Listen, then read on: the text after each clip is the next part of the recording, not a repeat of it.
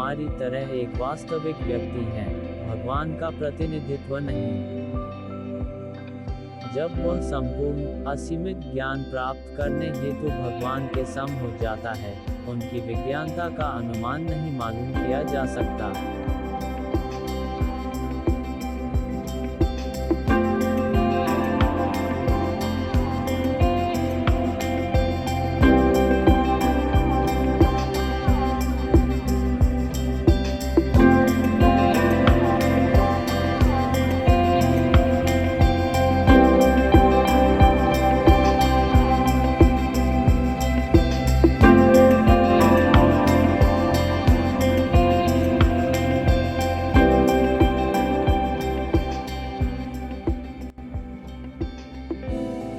उनकी अनंत विज्ञानता की परिभाषा, अद्भुतता और समझ से बाहर होने वाली शब्दावली के महान उपयोग को यहाँ प्रदर्शित किया गया है। तीर्थंकर भगवान श्रमण दर्शन में वर्णित एक प्राचीन शब्द है, जो असीमित ज्ञान के भंडार का प्रतिनिधित्व करता है। ये जीवों के जीवन के रहस्य के बारे में मूल्यवान आवश्यक जानकारी को उपलब्ध कराते हैं, जिससे हम इस सांसारिक महासागर को पार करने के तरीके के बारे में मार्गदर्शन का बोध कराते हैं। उन्हें तीर्थंकर भगवान कहते हैं। हालांकि भारतीय उपमहाद्वीप में राजनीतिक परिस्थितियों के कारण इसकी लोकप्रियता में बड़ी गिरावट आई है, दुनिया भर में अनेक मानव इसके महत्व से अनजान हैं। वर्तमान पीढ़ी तो अक्सर इसके तथ्यात्मक चरित्र को न जानने हेतु अपने प्रयासों से दूरी बनाना पसंद करते हैं। तीर्थंकर भगवान एक इंसान है, भगवान का प्रतिनिधित्व नहीं। उनका आत्म प्रयास उन्हें ब्रह्मांड की कार्यात्मक प्रणालियों के उच्चतम स्तर का ज्ञान प्राप्त करने में सक्षम बनाता है, जिससे उन्हें भगवानों के भगवान की उपाधि मिलती है।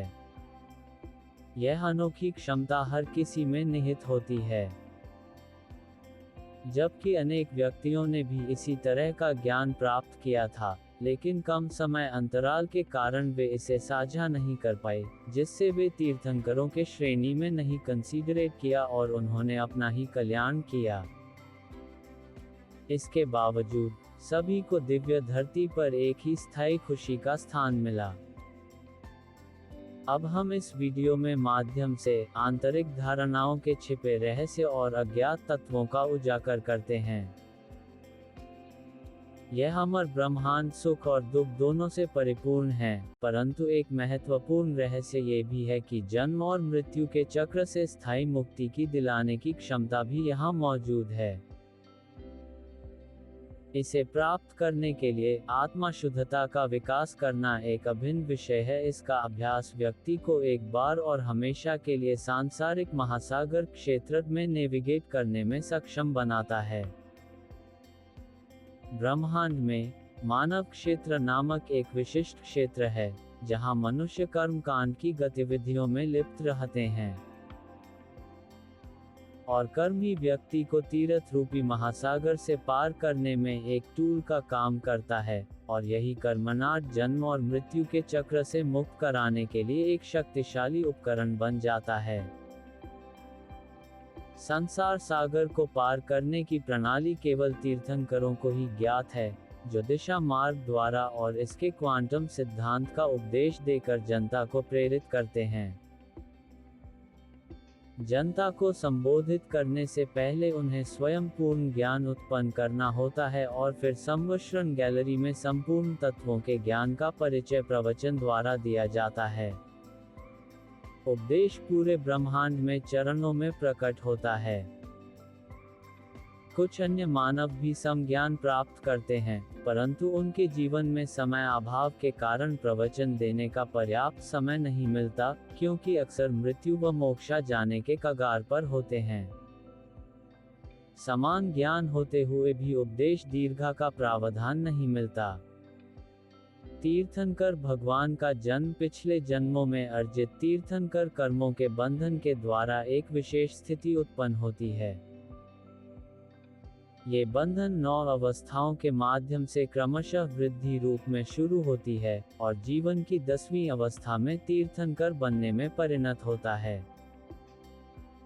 जन्म से 3 महीने पहले जनता को धन के रहस्यमय संचरण के माध्यम से आगामी तीर्थंकर भगवान के बारे में पता चलता है।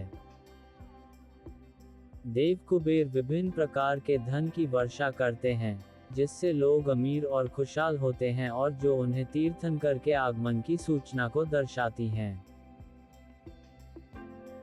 जन्म के तुरंत बाद सुबह सुबह सभी देवता स्वर्गीय राजा इंद्र और इंद्राणी के साथ इकट्ठा होते हैं।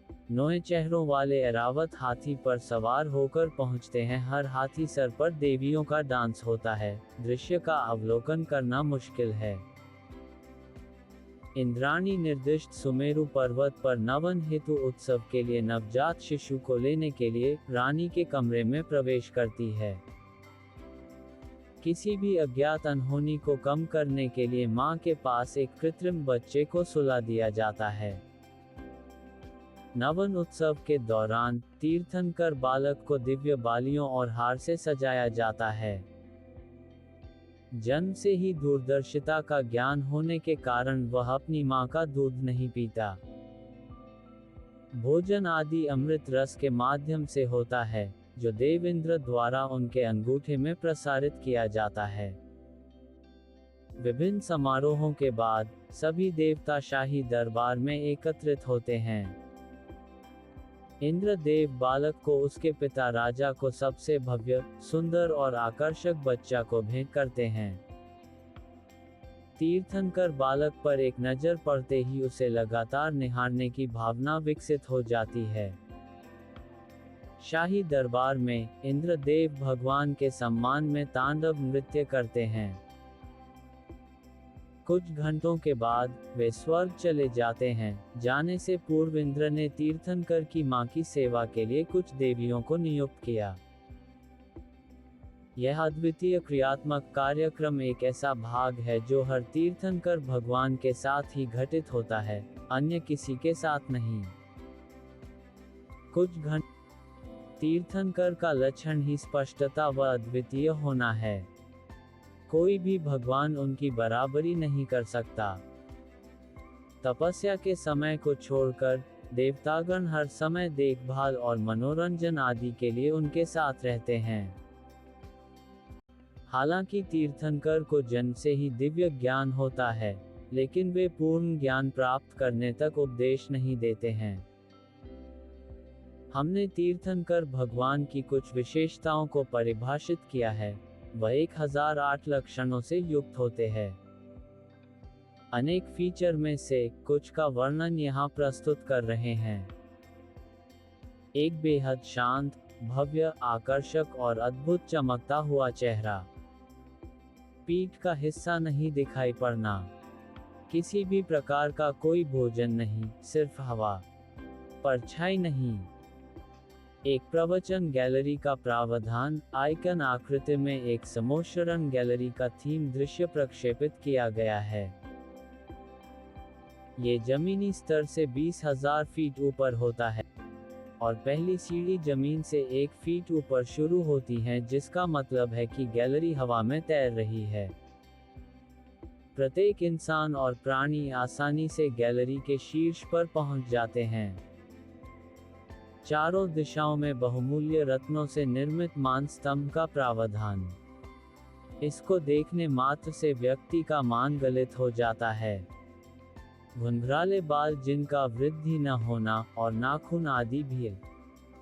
एक समय में अनेक भाषाओं में उपदेश प्रसारित होना। दिव्य ध्वनि में उपदेश देना। तीर्थंकर बिना कोई कदम उठाए भूमि से 4 इंच ऊपर हवा में स्लाइडिंग मोड में चलते हैं। 4 इंच ऊपर हवा में बैठते हैं। गंधकुटी, भगवान के बैठने की जगह का प्रावधान। हर व्यक्ति अपने जीवन के 7 जन्म का विवरण, 3 अतीत, 1 वर्तमान और 3 भविष्य को दिव्य दर्पण में जो उनकी पीठ के पीछे होता है चलचित्र की भांति देख सकते हैं। अनेक गणधरों में एक प्रमुख गणधर तीर्थंकर भगवान का शिष्य जिसके पास कई क्षमताएं हैं, दिव्य ध्वनि को आवश्यक भाषा में प्रसारित करता है। समोशरण गैलरी में सभी प्रकार के जीवों के लिए बैठने की व्यवस्था और सभी का व्यवहार मित्रतापूर्ण होता है, यहाँ तक कि विरोधी शत्रुओं के बीच भी। बहुत शांतिपूर्ण भीड़, कोई बच्चों का शोर आदि नहीं। विज्ञानता की ऊंचाइयां। ज्ञान का स्तर अनंत है और इसे निम्नलिखित तरीकों से समझा जा सकता है। आत्माएं अनंत हैं और सब में एक ही विशेषता होती है। प्रत्येक आत्मा में अनंत गुण हैं और वह सभी को जानता है। कुल प्रमाण इक्वल्स अनंत x अनंत। परमाणु पदार्थ अनंत हैं और आत्मा सबको जानता है। प्रत्येक परमाणु में 20 विशेषताएं होती हैं और प्रत्येक में अनंत गुण होते हैं। कुल सीमा इक्वल्स इन्फ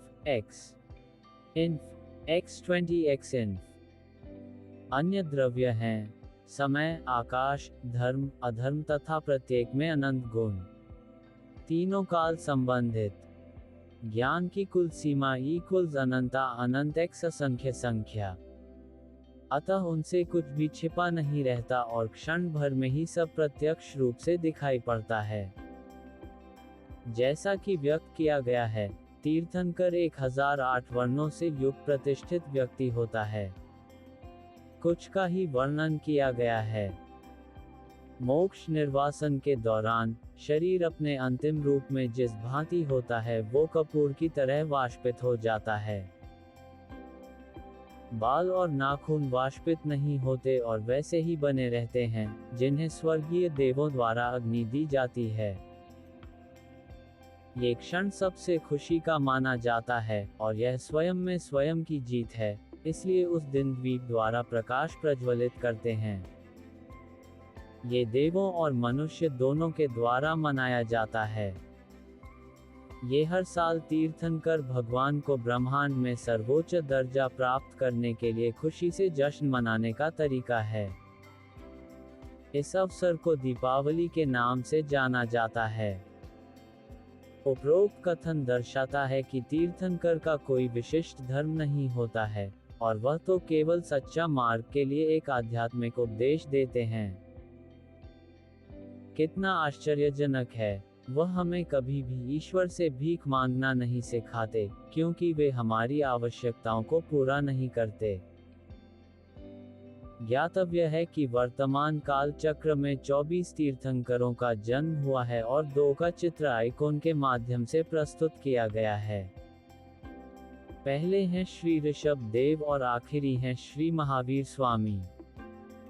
तीर्थंकर भगवान की कोई मनोकामना न होने पर भी उन्हें 1008 फीचर्स से सुशोभित किया जाता है। हालांकि वह तीनों कालों को जानने में सक्षम है, लेकिन ब्रह्मांड और उसमें मौजूद चीजों की रचना उसके द्वारा निर्मित नहीं की गई हैं। उनकी महिमा उपरांत हेतु आपको भी तीर्थंकर भगवान बनने की मनोकामना क्रिएट होती होगी।